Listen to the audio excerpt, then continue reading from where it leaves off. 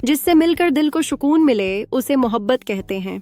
कहानी की शुरुआत एक छोटे से शहर लखनऊ के कॉलेज कैंपस से होती है, जहां एक शांत और संजीदा लड़का अर्जुन अपनी पढ़ाई में मग्न रहता है। अर्जुन की दुनिया में किताबें, परिवार और ख्वाब ही सबसे बड़ा हिस्सा हैं। वो किसी से ज्यादा घुलता मिलता नहीं था, लेकिन दिल बहुत बड़ा और साफ रखता था। पहली मुलाकात। एक दिन कॉलेज के पुस्तकालय में एक लड़की उसकी मेज पर आकर बैठती है, नायरा। वो भी पढ़ाई में तेज, पर चेहरे पर हमेशा एक मुस्कान लिए रहती थी। अर्जुन ने उसकी तरफ नजरें उठाईं और उसी पल कुछ बदल गया। उसकी मुस्कान ने जैसे अर्जुन के दिल को छू लिया। कुछ ऐसा सुकून था उस मुस्कान में जो उसने पहले कभी महसूस नहीं किया था। वो पहली बार था जब अर्जुन का ध्यान किसी किताब से ज्यादा किसी इंसान की ओर गया था। दोस्ती की शुरुआत। किताबों की चर्चा से दोस्ती शुरू हुई। दोनों का मिलना जुलना बढ़ा, लेकिन सब कुछ बहुत सहज था। कोई बनावटीपन नहीं, कोई जल्दबाजी नहीं, सिर्फ एक सुकून भरा साथ जो हर दिन की थकान को दूर कर देता। कभी कभी दोनों घंटों बैठकर बात करते, बिना किसी खास मुद्दे के, बस एक दूसरे की मौजूदगी का आनंद लेते। अर्जुन के लिए वो पल सबसे कीमती हो गए थे। दिल की बात। वक्त के साथ अर्जुन को समझ में आने लगा कि नायरा सिर्फ एक दोस्त नहीं है, वो उसकी जिंदगी में वो इंसान बन चुकी है जिससे मिलकर दिल को सुकून मिलता है। एक शाम कॉलेज के कैंपस में जब सूरज ढल रहा था और चारों तरफ एक खूबसूरत नर्म रोशनी फैली थी, अर्जुन ने अपनी भावनाएं नायरा के सामने रखीं। नायरा, तुमसे मिलकर ऐसा लगता है जैसे दुनिया की सारी उलझनें दूर हो जाती हैं। तुम्हारे साथ हर लम्हा खास लगता है। शायद यही मोहब्बत होती है।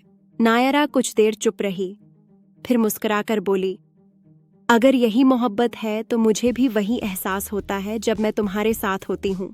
मोहब्बत का सफर। इसके बाद उनकी मोहब्बत का सफर शुरू हुआ। साथ में पढ़ाई, चाय की दुकान पर बैठकर बातें, फेस्ट में डांस और शाम को लंबी वॉक। उनका रिश्ता बिना दिखावे के बिल्कुल सच्चा और गहरा था। नायरा हमेशा कहती, मोहब्बत वो नहीं जो दिखती है, मोहब्बत वो है जो महसूस होती है, और तुम्हारे साथ मैं हर दिन इसे महसूस करती हूँ। लेकिन जिंदगी हमेशा एक सी नहीं रहती। नायरा के पिता का ट्रांसफर हो गया और उसे शहर छोड़ना पड़ा। दोनों के लिए यह सबसे कठिन पल था। क्या हम दूर रहकर भी ऐसे ही रह पाएंगे? अर्जुन ने पूछा। नायरा ने उसका हाथ थामा और कहा, अगर यह सच्ची मोहब्बत है तो दूरी कुछ नहीं बदल सकती। दोनों ने एक दूसरे को वादा किया कि चाहे कितनी भी दूरियां आएं, वो इस रिश्ते को नहीं टूटने देंगे। दूर रहकर भी पास। अब उनका रिश्ता फोन कॉल्स, वीडियो चैट्स और लंबी ईमेल्स में सिमट गया था, लेकिन भावनाएं उतनी ही गहरी थीं। अर्जुन अब भी वही शख्स था जो नायरा के हर संदेश का इंतजार करता, हर तस्वीर को कई बार देखता और हर कॉल को दिल से संजोता। नायरा भी अपने शहर में हर किसी को अर्जुन के बारे में बताती थी। उसके सपनों को आगे बढ़ाने के लिए उसे प्रेरित करती रहती थी। सालों बाद की मुलाकात।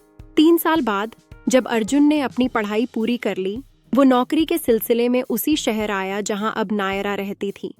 एक दिन अचानक दोनों की मुलाकात हुई। वो सड़क के किनारे एक बुक स्टोर पर खड़ा था और पीछे से आवाज आई, क्या अब भी किताबों में ही खोए रहते हो? अर्जुन ने पलटकर देखा और सामने नायरा थी।